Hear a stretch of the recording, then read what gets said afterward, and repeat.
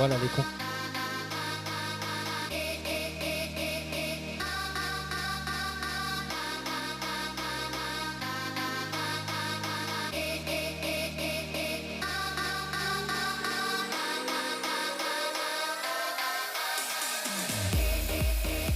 Les concurrents de la Wolf Sander qui sont en train d'effectuer leur tour de formation. Donc je pense qu'a priori on va partir sur un départ lancé puisqu'on est derrière la voiture de sécurité. Et par contre sur ce plateau, est-ce que finalement Tom Coronel, Thomas Lenné et Thomas Laurent qui n'avaient pas pu participer à la séance d'essai qualificative, à la séance d'essai qualificative vont pouvoir se joindre à ce joyeux groupe de furieux. Alors visiblement Thomas Lenné ça semble être compliqué, mais Tom Coronel on espère qu'il a résolu ses problèmes, et Thomas Laurent qui était en piste tout à l'heure qui s'est fait piéger dans son tour de sortie. Eh bien on espère qu'il a pu réparer et qu'il a pu se retrouver sur la grille de départ. On va attendre dans quelques instants cette mise en place derrière la voiture de sécurité. Je rappelle que cette course doit se dérouler sur un total de 25 minutes plus un tour.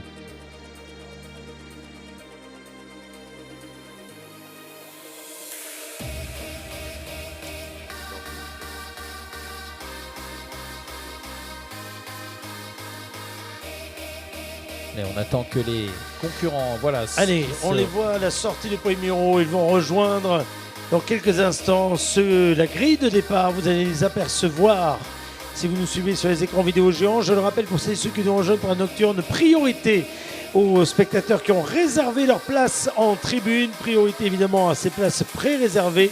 Et c'est dans la limite des places disponibles que les tribunes vous sont proposées. Chers amis, évidemment vous avez la Palmeraie, les paddocks, vous allez partout où bon vous semble, et vous vous donnez envie ainsi de revenir demain pour la version diurne de ce Grand Prix avec un plateau de F4 qui servira de support donc au 80e Grand Prix de Pau. Attention sur la grille de départ pour ce départ lancé, mon cher Eric, c'est parti. Voilà, drapeau vert et c'est parti, et on peut s'attendre à ce que Mike Parisi puisse prendre les commandes de cette course. Effectivement seulement 10 voitures sur la piste. Et Mike pilote la voiture numéro 2. Oui, Mike Parisi au volant de la voiture numéro 2. Vincent Beltoise qui était à ses côtés sur la première ligne est au volant de la voiture numéro 20. Devant Thierry Martinez, le numéro 32, et Nico Ferrarin, le numéro 35.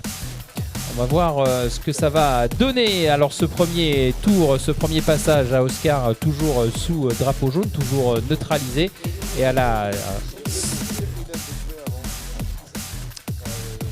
Et ici du côté de la cabine de sonorisation, nous sommes accompagnés par Lionel Champelevier qui nous a amené ses Wolf ici même et qui vient assister à cette course, première course, et on va profiter de l'avoir à nos côtés pour en savoir plus évidemment sur ces bolides préparés d'arrache-pied pour venir à Pau, on l'a bien compris, de jour comme de nuit, mon cher Lionel, de jour comme de nuit, avec donc notre pilote connu ô combien, à juste titre, Mike Parisi, qui est présent parmi nous et qui, ma foi, conduit un véhicule tout à fait exceptionnel, je crois.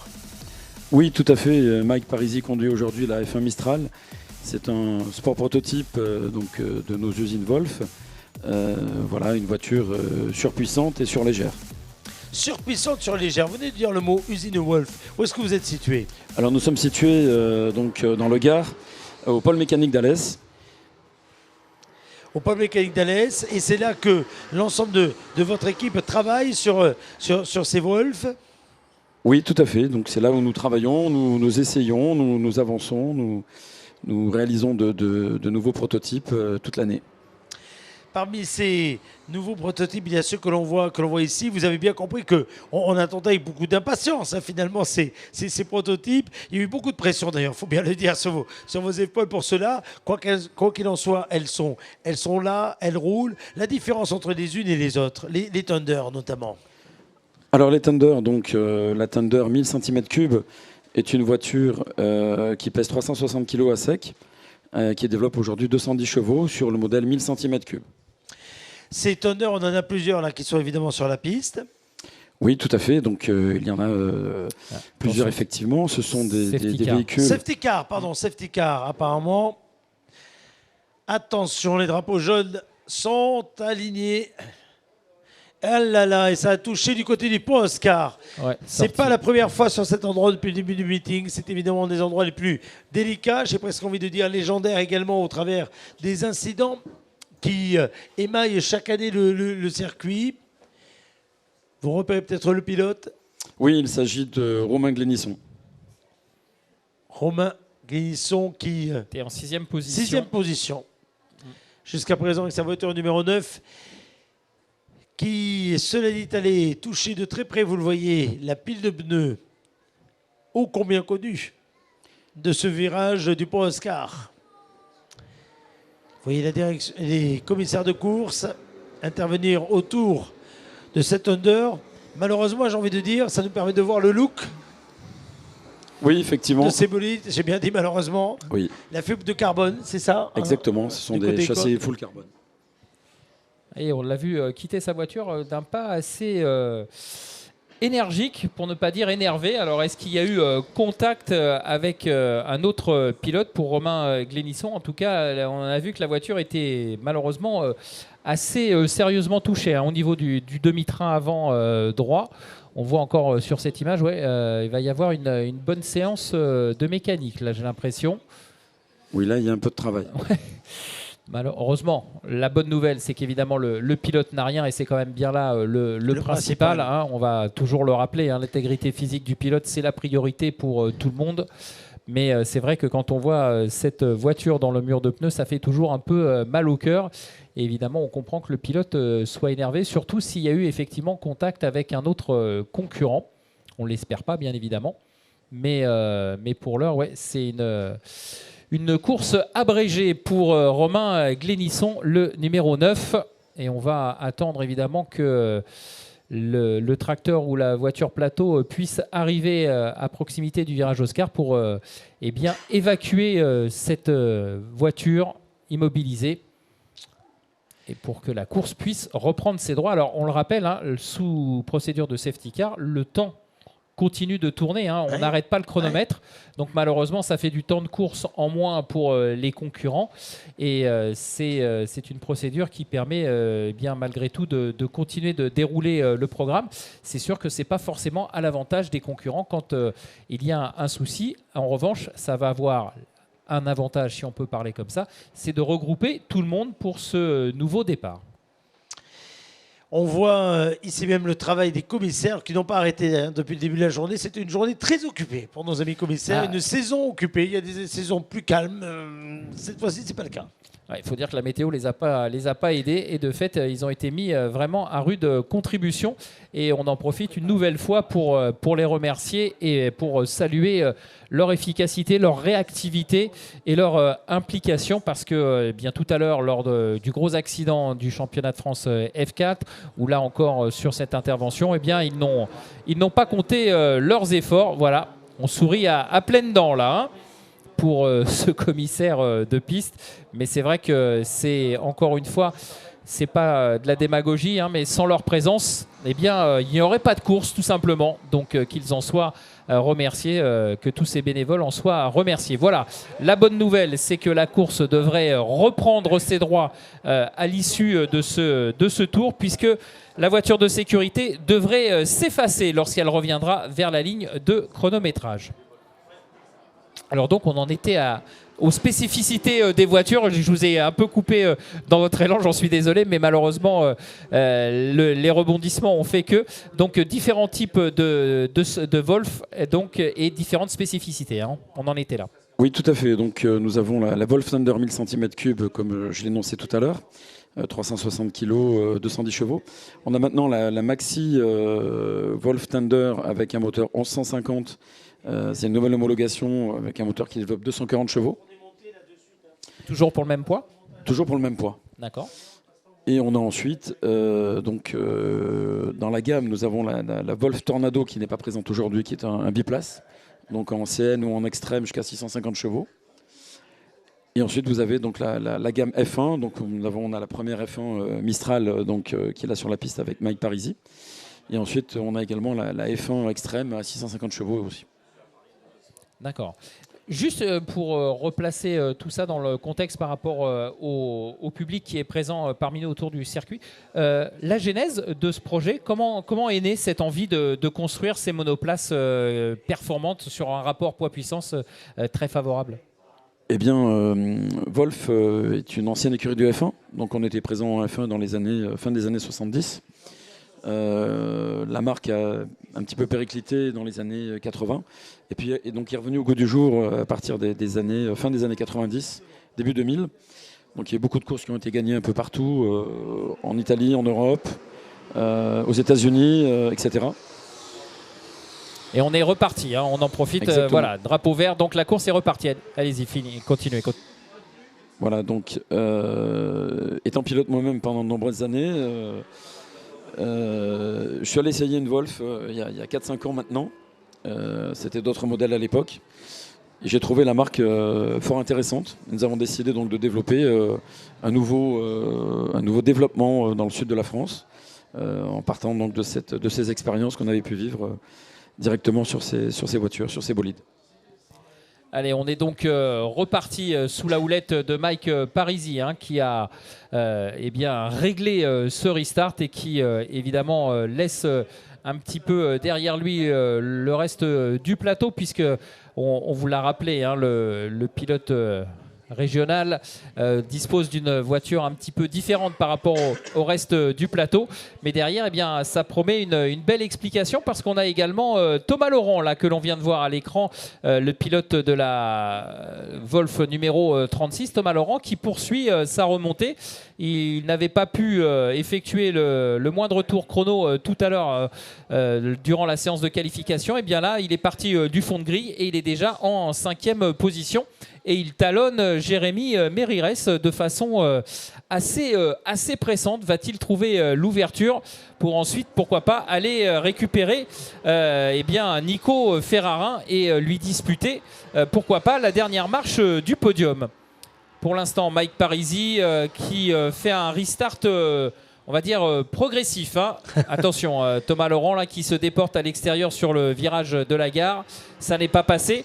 Mais oui, il faut pas se précipiter. On l'a vu, la piste est encore très très piégeuse, même si les pneus désormais sont plus en adéquation avec les conditions de piste. Mais ça reste évidemment des machines très légères et très puissantes. Donc il faut maîtriser cette puissance, la passer au sol sans partir à la faute. Et Thomas Laurent est passé. Il est passé, Thomas Laurent, sur Jérémy Mérires. Il est désormais en 4e position.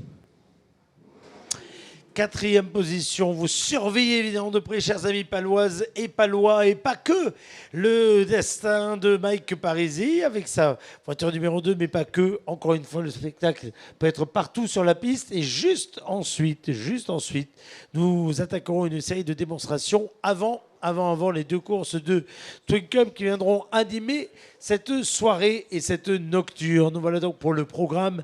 Et sachez que c'est un kart à hydrogène qu'on va voir tourner dans quelques instants. Et nous allons le retirer de son emplacement d'exposition Square Aragon et devrait se présenter ici. Une des curiosités de cette soirée qui va nous permettre de mettre un coup de projecteur évidemment sur la technologie hydrogène dont nous avions beaucoup parlé l'année dernière avec le passage de la H24. On reste dans la même famille hydrogène, mais cette fois-ci c'est la version kart que l'on va voir tout à l'heure arriver ici sur le tracé palois. Allez, retour à la course. Ouais, Thomas Laurent qui est déchaîné, hein, qui vient de réaliser le meilleur tour en course, 1:29,955, plus rapide même que Mike Parisi. Il lui met 2 secondes là sur ce dernier tour quasiment. Thomas Laurent vraiment très à l'aise, hein, dans cette, on va dire dans cette configuration de piste. Pas forcément totalement détrempé, un peu grasse on va dire, hein, mais en tout cas ça va très vite là pour Thomas Laurent qui enchaîne les records des secteurs avec désormais le record du tour en poche, mais aussi le record dans le premier secteur. Et si ça continue comme ça, eh bien il va vite revenir sur Vincent Beltoise et lui disputer la 2e position.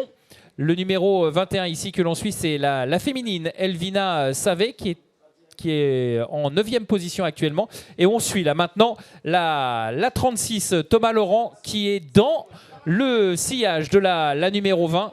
Vincent Beltoise et Thomas Laurent qui sont au coude à coude là. Ouais, ça klaxonne si vous me permettez l'expression pour Thomas Laurent sur Vincent Beltoise. Thomas Laurent qui est en train de revenir. Va-t-il être en mesure d'aller inquiéter Mike Parisi? Ça serait la grosse cote de cette course, de cette première course de la Wolf Thunder. Mais pourquoi pas, ouais, et Thomas Laurent là qui s'est déporté et qui est en train de harceler tout simplement Vincent Beltoise. Et c'est passé au virage de la gare, Thomas Laurent en deuxième position. Alors on va voir maintenant si il est capable d'aller chercher Mike Parisi. Mike Parisi qui va certainement être panoté sur la remontée de Thomas Laurent. Thomas Laurent qui vient de boucler son dernier tour en 1:32.260 pour 1:32.996 à Mike Parisi. Et on le voit, ouais, Thomas Laurent qui est en train de combler l'écart avec la voiture de tête. Il y avait, alors lors du dernier passage sur la ligne de chronométrage, il y avait 2,5 secondes d'écart entre Thomas Laurent et Mike Parisi. On va voir ce qui va se passer lors du prochain passage justement des deux voitures de tête sur la ligne de chronométrage. Est-ce que Mike Parisi va réagir? Ça semble être le cas. 30,4 amélioration personnelle pour Mike Parisi dans ce premier secteur. Il est 49 millièmes plus rapide que Thomas Laurent. Je pense qu'on va lui passer le panneau. Hein. On va le panoter sur la remontée de Thomas Laurent qui est en deuxième position. Et on va ensuite... Thomas Laurent qui signe un deuxième secteur énorme. Il reprend quasiment 2 secondes à Mike Parisi. Alors est-ce qu'il va aller chercher cette Wolf F1, dirons-nous? Et regardez, il est au contact au virage de la gare. 1:29.201 pour Thomas Laurent. Véritablement déchaîné. Là, ça serait bien qu'on reste sur la tête de course pour voir un petit peu ce qui se passe entre Mike Parisi et Thomas Laurent. Je pense que Mike Parisi était peut-être un petit peu à l'abri, en tout cas se sentait peut-être à l'abri, mais là la menace de Thomas Laurent elle est évidente. Alors on va évidemment pondérer notre jugement parce que Mike Parisi il a aussi une voiture beaucoup plus puissante et beaucoup plus délicate à gérer sur cette piste détrempée ou en tout cas sur cette piste gramouillée.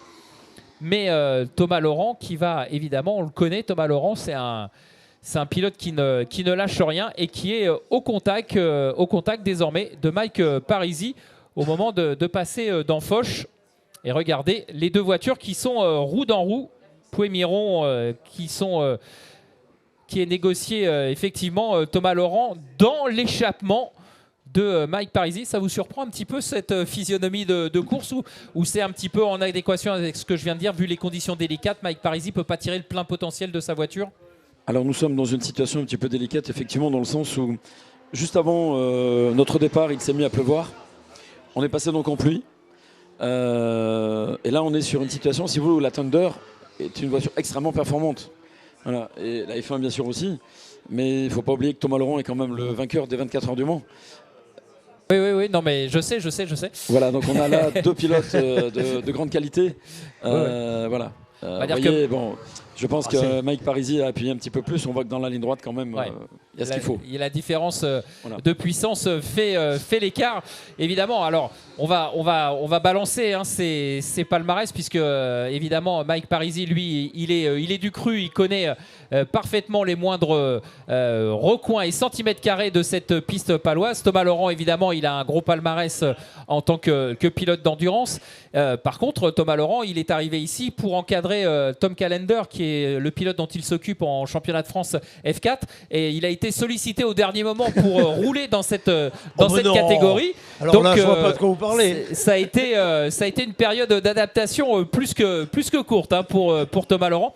Thomas, en plus, je le connais bien puisque j'ai la chance de temps en temps commenter les courses du FIA WEC avec lui en tant que consultant pour le compte de la chaîne L'Équipe. Donc effectivement, Thomas Laurent, c'est pas le premier venu. On est bien d'accord là-dessus. Et en tout cas, ça permet d'avoir un plateau relevé. Plateau relevé ici à présenter aux Palois. Tout à fait. voiture à la hauteur au niveau performance, et puis des pilotes qui ont un beau palmarès, qui ont du savoir-faire, qui ont un vrai background, certains plus que d'autres sur le tracé palois, mais au-delà sur la capacité à s'adapter à la fois au bolide qu'ils pratiquent et puis aux conditions météo qui sont jamais les mêmes et évidemment à l'exigence de la course. Et puis l'avantage, c'est que ce retour de Thomas Laurent, ça a aiguillonné Mike Parisi. Oui, Mike Parisi qui a depuis remis, si vous me permettez l'expression, un peu de charbon dans la machine, parce que là, il est piqué au vif. On s'échange chrono et record dans les partiels entre Mike Parisi et Thomas Laurent. Mike Parisi, 29 467, amélioration personnelle dans le premier secteur. Mais derrière, Thomas Laurent, 29 073, record absolu dans ce premier partiel. On a vu tout à l'heure brièvement Mike Parisi signer le meilleur temps autour, et juste derrière, Thomas Laurent lui répliquait. On a une fin de course. Alors pour l'instant, on n'a pas les deux voitures dans le même groupe, en tout cas les deux voitures côte à côte. Par contre, elles se donnent coup pour coup, elles se rendent coup pour coup sur la piste. Et ça nous promet une fin de course assez sympathique à suivre. Allez, on passe en plaindre, en tout cas pour le public qui nous rejoint. Voici une belle compétition et ce n'est rien par rapport à ce qui va se passer demain. On le pense à la sortie du Grand Prix de Pau avec une course plus, entre guillemets, un défi, quoi qu'il en soit. On va jouer contre le temps. Alors, on n'a pas encore tout de la règle du jeu, mais on va la voir. À un moment donné, on va vous présenter l'ensemble des records du Tour établis en F3 au cours de ces dernières années, avec les principaux, je dis bien les principaux pilotes qui se sont illustrés dans cette discipline. Certains, d'ailleurs, ont ensuite brillé très rapidement en F1. Ils ont tous fait des temps références. Alors, il faut croiser les doigts pour que la météo soit de la partie. Parce que c'est évidemment à comparer ce qui est comparable. Je sais que les équipes nous ont sorti également des temps références par temps de pluie pour nous permettre d'avoir des comparatifs, on va dire, acceptables dans ce que nous allons faire. Et puis il y a l'esprit du challenger de Mike Parisi qui va ainsi se voir opposer. C'est presque Mike Parisi seul face au reste du monde. Bon, c'est pas une télé-réalité, je vous rassure, on n'a pas enfermé Mike dans une île paradisiaque avec des influenceuses. D'abord, son épouse ne le permettrait pas, elle ferait un procès. Ceux qui le connaissent comprendront pourquoi je dis ça. Mais au-delà de ça, et plus sérieusement, on va avoir un Mike Parisi qui va vouloir défier absolument relever le défi. C'est vrai qu'on l'a prévenu, Eric Sobel l'a prévenu très vite au téléphone l'autre jour pour lui dire est-ce que tu es capable de la jouer au sport, et puis qu'il le connaît très bien. Et puis évidemment, Mike qui n'est pas un défi près, relève celui-ci. Mais avant cela, il faut gagner cette course. Ouais, et déjà ça. Mike Parisi qui voit dans son rétro revenir Thomas Laurent au contact. Il avait recreusé l'écart tout à l'heure, Mike Parisi. Et il était à plus de 3 secondes, Thomas Laurent. Et il est revenu à 647 millièmes et il est quasiment au contact là, dans le virage de la gare. Alors évidemment, dans la remontée vers Oscar, Mike Parisi va remettre un petit peu de puissance en action. Attention à ce pilote retardataire. Là, il ne faut pas se faire piéger. Je crois qu'on était en train de doubler. Elvina savait, me semble-t-il. C'est passé. Ouais, et c'est passé. Thomas Laurent qui est passé également. Elvina Savé qui représente la jante féminine dans cette compétition. Ouais, elle se défend plus que bien. Elvina, elle est en 7e position. Tout à fait, une jeune féminine qui a 20 ans, qui est plein d'espoir, très motivée, qui est même surprenante. C'est simplement sa 2e course. Donc on est de tout cœur derrière elle. Et attention là, parce qu'on est en train de revenir sur des retardataires ou sur un retardataire qui a été prévenu par les drapeaux bleus, mais qui pour l'instant regarde un petit peu dans ses rétros. Ça y est, il a laissé passer, pardon, j'avais pas vu, il s'est écarté très, très sportivement. Et Mike Parisi, lui aussi, qui regarde dans ses rétros pour voir où se situe Thomas Laurent. Alors il a l'avantage de la puissance dans les rectilignes, ce qui lui permet de reprendre un petit peu ses distances par rapport à Thomas Laurent. Mais dès qu'on engage les voitures dans le sinueux, la menace se fait de plus en plus pressante. Alors qui sera le premier à craquer? Est-ce que Mike Parisi peut partir à la faute? Ça semble peu probable, il connaît parfaitement les subtilités du tracé palois. Est-ce que Thomas Laurent peut, entre guillemets, s'agacer et tenter une attaque un petit peu osée et peut-être mal maîtrisée? Alors évidemment, on anticipe, c'est des scénarios évidemment qu'on ne souhaite pas voir, mais en tout cas, ça démontre toute la dextérité de ces deux pilotes. Et pour la première fois depuis 3 tours, eh bien, Mike Parisi a tourné plus vite que Thomas Laurent. Ah, il est piqué au vif, Mike. Allez, il va essayer d'imposer sa patte, d'imposer une victoire de plus ici à Pau.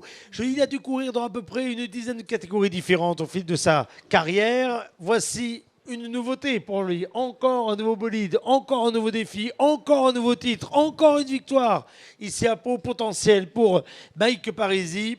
En tout cas, ça le met en condition pour tenter le record de demain. Hein. Là, au moins, il sera... C'est ça pourquoi quand on le pousse bien. Ouais, voilà. Mais là, on sent que Thomas Laurent, il cherche l'ouverture. Hein. Clairement, dans toute cette partie sinueuse, dans la redescente vers la ligne droite des stands, il est vraiment dans la boîte de vitesse de Mike Parisi. Alors, va-t-il trouver l'ouverture? À mon avis, je pense qu'il ne faut pas qu'il passe trop tôt. Si d'aventure il est capable de passer, Thomas Laurent, parce qu'après, au niveau de la puissance dans la ligne droite, Mike Parisi a du répondant. Anonymie du suspense, en tout cas. Il y a un peu de suspense hein, sur cette fin de course et c'est chouette pour le public. Chers amis, si vous nous rejoignez, soyez les bienvenus. Encore une fois, la soirée se poursuivra après les 2 courses de Twingo, avec la nuit des musées qui vous est réservée à l'occasion de cette soirée européenne, cette nuit européenne des musées, mais également du côté de la place gourmande avec quelques 14 restaurateurs qui vous y attendent. Sachez qu'avant cela, de très nombreux restaurateurs sont présents au cœur même des paddocks. Vous pouvez donc dîner ici sur place, paddock Cernam, paddock Tissier ou bien du côté du parc Beaumont avant d'assister donc aux courses de Twingo qui sont toujours pleines de rebondissements. Dernière minute au chrono avec un tour de plus évidemment. Et pour l'instant, Mike Parisi résiste. Ouais, Mike Parisi qui a senti la menace de Thomas Laurent, qui a de nouveau accéléré la cadence puisqu'il vient de signer son meilleur tour personnel à 2 tours de la fin, 1:27.855. Et attention là. Attention, il essaye de passer. Ouais, je crois que ça s'est un petit peu touché là du côté de l'entrée de ce virage. J'ai l'impression qu'on s'est touché dans l'entrée de ce virage avec la roue arrière droite qui est venue au contact de la roue avant gauche de Thomas Laurent. Petite alerte sans frais. Alors, est-ce que Thomas Laurent a tenté une attaque sachant que ça ne passerait pas à cet endroit pour, entre guillemets, endormir Mike Parisi et l'attaquer sur un autre virage? Un peu plus loin. Voilà. Alors attention, passage du côté du virage de la gare, chers amis. Si vous êtes du côté de la tribune Palmeraie ou bien du côté de la tribune intérieure réservée aux partenaires du Pau Grand Prix, vous les voyez. Si vous êtes du côté du boulevard des Pyrénées, et malgré la météo, il se remplit bien ce boulevard des Pyrénées. Vous les voyez tous les deux. Mike Parisi avec sa voiture avec l'aileron marqué Formula Kid, le nom de sa société, tient pour le moment la pression. Il garde l'avantage. Il ne laisse pas passer. Oh là là là là là. Ouais, j'ai cru que Thomas Laurent allait plonger à l'intérieur, à l'épingle du lycée. Il s'est ravisé. Et là, vous le voyez, dans la réaccélération, Mike Parisi, il fait parler la puissance de sa monoplace. Et on va tout de suite retrouver, après dans la partie sinueuse, dans le deuxième secteur chronométré, eh bien, Thomas Laurent au contact de Mike Parisi. On est dans les 2 derniers tours. 2 derniers tours, puisque le temps réglementaire est écoulé maintenant. Mais ça y est, 2 derniers tours. 2 derniers tours pour tenter quelque chose pour Thomas Laurent. 2 derniers tours pour assurer une première marche de podium pour Mike Parisi. Moi, j'ai l'impression que tout est encore possible. Ouais, moi, même si, à mon avis, peut-être je m'avance, même si Thomas Laurent arrivait à trouver l'ouverture, je pense que l'écart ensuite dans la ligne droite qui sépare le dernier virage de la ligne de chronométrage permettrait peut-être à Mike Parisi de reprendre les commandes de la course. En tout cas, ça ne sera pas faute d'avoir essayé pour Thomas Laurent. Voilà, on est dans le dernier tour. Allez, la dernière remontée vers le virage d'Oscar avant de passer sous le pont. Est-ce que Thomas Laurent... Non, on l'a vu tout à l'heure, qui s'était freiné à l'attaque du virage de l'épingle un petit peu plus haut, l'épingle du lycée. Ça serait bien qu'on change de plan. Ouais, là, effectivement, Mike Parisi qui est allé bien fermer la porte. Il essaye de décroiser un petit peu Thomas Laurent, mais c'est compliqué à la réaccélération. Il ne peut pas lutter face à la puissance de la voiture de Mike Parisi et Thomas Laurent qui dans ce avant-dernier tour vient encore une fois d'améliorer le record du tour, 1:26.717. Attention à ce pilote retardataire qui va peut-être jouer un mauvais tour à Mike Parisi. Allez, ça serait bien qu'on change de virage. Non, il s'est écarté. Voilà, les deux voitures qui sont passées sans aucun problème. Et on va en rester là parce que maintenant qu'on est sorti de cette partie sinueuse du deuxième secteur chronométré, eh bien là, Mike Parisi va pouvoir laisser parler la puissance de sa monoplace et aller chercher une victoire ici à Pau dans le cadre de ce 80e Grand Prix. Et voici le drapeau à damier présenté pour Mike Parisi. Une victoire de plus pour le célébrissime pilote palois que vous allez pouvoir acclamer, saluer de vos mains, chers amis. Vous qui êtes présents du côté de la tribune de la gare. Plus fort que ça, nous voulons vous entendre. La tribune Val-Doré, c'est à vous. On remonte du côté du boulevard des Pyrénées pour saluer le pilote Mike Parisi. Un titre de plus ici à Pau pour ouvrir cette nocturne gratuite au volant de ces Wolf. Et on pense à tous les autres pilotes dont on va écrire le nom qui n'ont pas démérité. Bravo à tous, bravo à Nico Ferrarin, Jérémy Mérires, Quentin Bonfils, Elvina qui finit 7ème, superbe, Alexandre Ducos, Thierry Martinez et Romain Glénisson. Bravo à tous. Bravo, bravo. Et puis on va également signaler que Vincent Beltoise signe le record du tour dans le dernier tour sous le drapeau à damier. Et vous lui qui est 3e. Et vous avez raison de le dire, mon cher Eric, parce que ce record du tour, on va donc l'attribuer à Vincent Beltoise et il aura de l'importance pour la suite du scénario autour de ces Wolf demain où on va essayer évidemment de battre des records du tour dans la dernière compétition qui aura lieu juste après le Grand Prix de Pau demain après-midi. Donc pour le moment, ce n'est pas Mike Parisi, mais c'est Vincent Beltoise dont on garde le temps référence pour demain après-midi. Ça va nous donner un petit peu de suspense, mais Mike, c'est bien lui et lui seul qui sera dans quelques minutes sur la plus haute marche du podium. On ne se lasse pas de voir tourner pour l'instant ces Wolf ici, avant que l'on accueille tout à l'heure les Twingo et la Coupe Adour Océan au bioéthanol. Nous les verrons tout à l'heure. Nous découvrirons une carte à hydrogène dans quelques petites minutes. C'est une start-up paloise qui est à l'origine de ce kart à hydrogène, qui est exposé du côté de l'espace Aragon depuis quelques heures maintenant, à l'occasion de cet espace dévolu aux nouvelles énergies dans l'espace gratuit Parc Aragon, Square Aragon. Et ensuite, nous aurons également un passage ô combien attendu dans notre véhicule de compétition, celui qui, depuis le début du week-end, est au paddock Tissier et qui sinon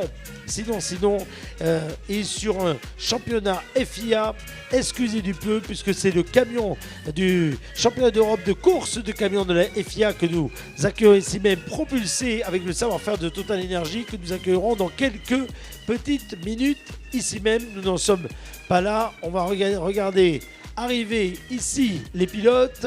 Est-ce qu'on peut avoir l'image peut-être ici additionnelle nous permettant de voir les pilotes du côté des paddocks alors que l'on voit se préparer les baptêmes de piste qui vont avoir lieu également dans quelques instants.